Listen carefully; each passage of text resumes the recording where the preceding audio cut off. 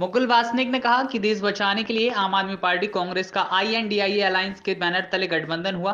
Press conference में उन्होंने बताया कि किन राज्यों में आम आदमी पार्टी और कांग्रेस कितनी सीट पर चुनाव लड़ेगी, देखें पूरी जानकारी।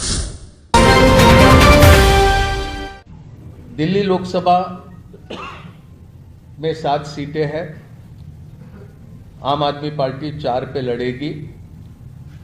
वो 4 सीटें नई दिल्ली, वेस्ट दिल्ली, साउथ दिल्ली और ईस्ट दिल्ली।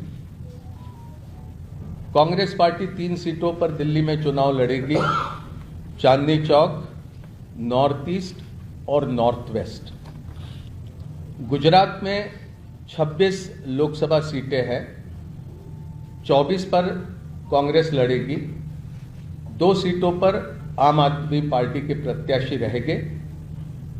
भरूच लोकसभा और भावनगर लोकसभा की ये सीटें होगी। हरियाणा में 10 लोकसभा सीटों में से 9 सीटों पर भारतीय राष्ट्रीय कांग्रेस लड़ेगी और 1 सीट जो कुरुक्षेत्र की है वहां पर आम आदमी पार्टी के प्रत्याशी लड़ेंगे।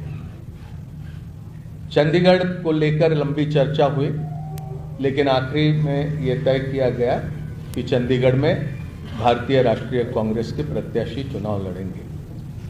गोवा में भी, खास करके दक्षिण गोवा में विस्तार से चर्चा हुई, लेकिन फिर यह तय किया गया कि गोवा की दोनों सीटें ये भारतीय राष्ट्रीय कांग्रेस पार्टी लड़ेंगी। तो संक्षेप में ये सीटों को लेकर ये जानकारी आपके समक्ष रखनी थी। ये संभव है, 2 अलग अलग राजनीतिक दल हम होने की वजह से अलग अलग चुनाव चिन्हों पर हम ये चुनाव लड़ेंगे, लेकिन हमारी जिम्मेदारी रहेगी कि दिल्ली में कांग्रेस पार्टी 3 पर प्रत्याशी रखने के बाद भी 7 पर हम किस तरह से कामयाब हो सकते हैं, उस दिशा में हमारा प्रयास रहेगा और हमारे तमाम कार्यकर्ता और नेता उस दिशा में प्रयास करेंगे।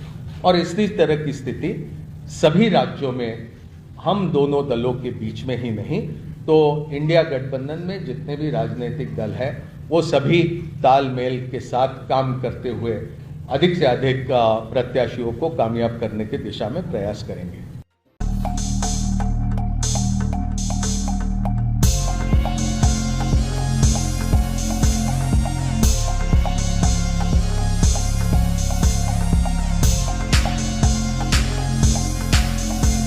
JL न्यूज, नया जमाना, नई सोच।